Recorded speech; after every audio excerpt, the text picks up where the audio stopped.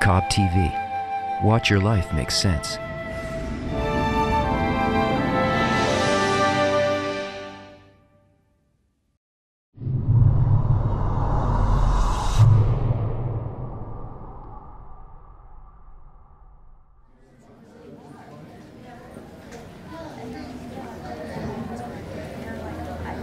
Hi everyone.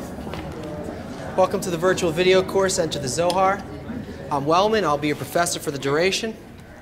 This is not your average course, and this is not your average book. If you're here because you feel, you think, you wish there was something more to life, you're in the right place. If you're starting to sense alienation between you and other people, between you and the environment, within your family, between you and what used to satisfy you, perfect. If you're scared that nobody has a clue about how to handle the floods, the hurricanes, the oil spills, the wars, and the hatred, and on and on and on, that's why we're here. There's a book. It's titled The Book of Radiance. That's in English. In Hebrew, it's called Sefer HaZohar. It's 2,000 years old, and get this. It was written specifically for this time, for the first generation that would one day wake up in a cold sweat and realize that the entire world is connected. We're one living, breathing whole.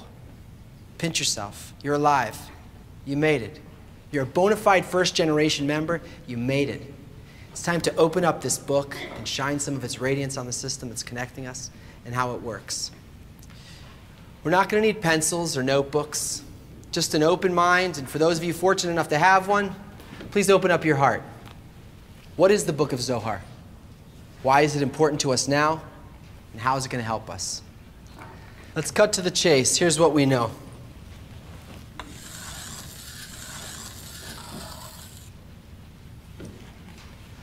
For centuries, the Zohar has been considered to be the most important, powerful book of Western mysticism, said to hold the secrets of the universe and all of the heavenly realms. Mapping the worlds of angels, demons, and celestial beings, it's filled with fantastical parables, odd references, and strange stories extracted from the Torah, the Bible, on which it comments, pointing to a hidden code, which if properly understood unlocks the secrets of life itself. Yes, a very mysterious work indeed, sure. Because it's mysterious, it's raised suspicions in some who are afraid its content and purpose are far more nefarious.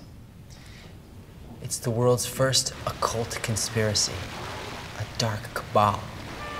Hidden instructions on how to control the world, a source of power to the secret societies, the Masons, the Jews, the Vatican, who manipulate political, economic, and social structures, seducing the masses with childish biblical fantasies in order to enslave us so they can keep their royal lifestyles intact and prevent us from accessing the meaning and purpose of life.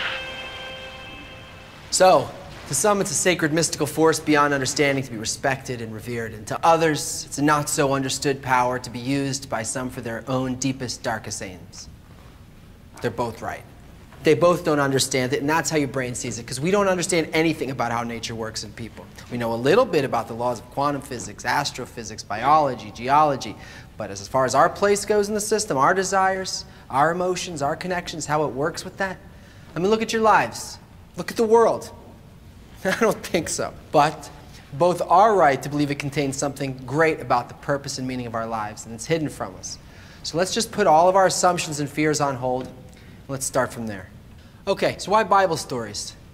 And why are those writings the most ingrained cultural influence of the last 3,500 years? The source of the major Western religions, you know, each one thinks the other two have it wrong. Why are most of the world's laws and moral codes built around it?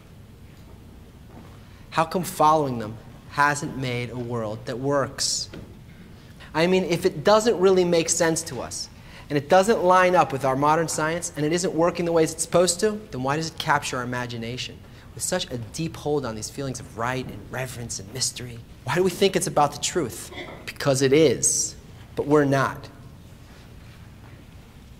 Its meaning, though it's precious and transcendent, it's hidden from us by the current state of our own nature, which, by the way, is also hidden from us. Look at it. Biblical influence is so interwoven into the fabric of our world, not depending on whether or not you believe it, not depending on whether or not you believe in God or you don't believe in God, but because its writings actually do clothe some general law of reality that interacts with our desires and our thoughts in some kind of special way. And this interplay has built and operated the human level of existence. Yeah, that's why we see it everywhere. It appears as though it's outside of us, but it's not. The Zohar is a true wonder, and perhaps the world's greatest work of, it has accurate data on physical cosmology and historical forecasts that predate events and discoveries by thousands of years.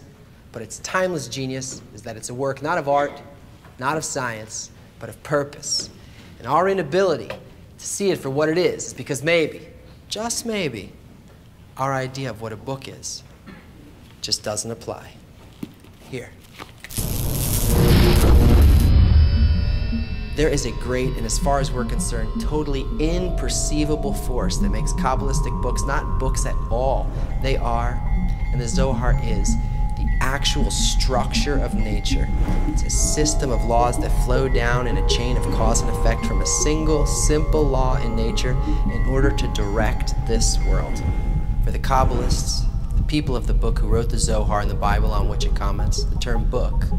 A book refers to the ability to access the mechanism and purpose of being, a method of transforming ourselves to make our nature come into balance with the underlying nature of existence, and to penetrate that, and to begin to engage in it as though we bend back the book's covers and turn the world inside out so that you and I and the cosmos and the force that connects it all are the words of the book with no covers, and there's nothing outside of the story.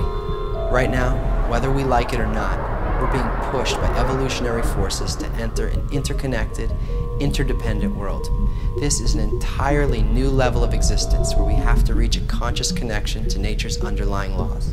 The Zohar is the exact opposite of our dominant intention and why we want what we want. This is what the Kabbalists identify as corporality, our world, the desire to want for myself more, much more than I want for anyone else. It's what we call egoism. But the why of the spiritual or holy books, the very thought they were constructed from, is the inverse quality, the will to bestow unconditionally, without a shred of self-consideration, real loving, pure giving. We need that answer now, and it gives it to us from the point of view of what we're going to be, rather than from what we've been, in a language that seems puzzling and ancient, but really it's the expression of a future that we can't perceive, because right now, for the time being, we're nothing like it.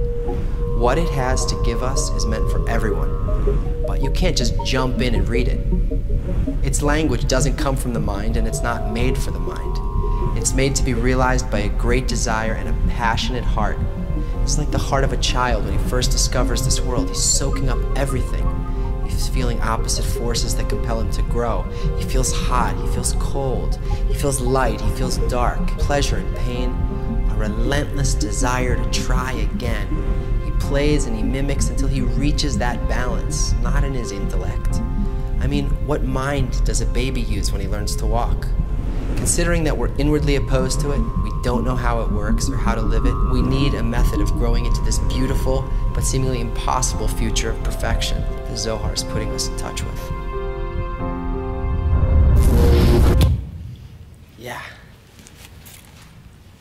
Zohar equals the complete, unified system of connections governed by a single, all-encompassing law, which is opposite to my nature. Equals nothing is excluded from the system or external to it. Equals the story is life with no end. Equals demanding to be changed by the intention behind everything in the system. Equals a means of becoming inwardly identical to the single governing law of love. Equals the creation of a real world that works inside and out. Simple, right? But the spirit of high adventure anything is. It's going to take a bit of preparation, experiencing some new perceptions, unlearning some old ones, and seeing for yourself bit by bit what's what, and that will point you to the right attitude. And once you've got that, you can enter the Zohar. And that's precisely what this video series is going to help you do. Don't worry, you're not going to need to study, but you've got to learn. Our next class will be above time and space. We'll see you there when you have the desire. See you then.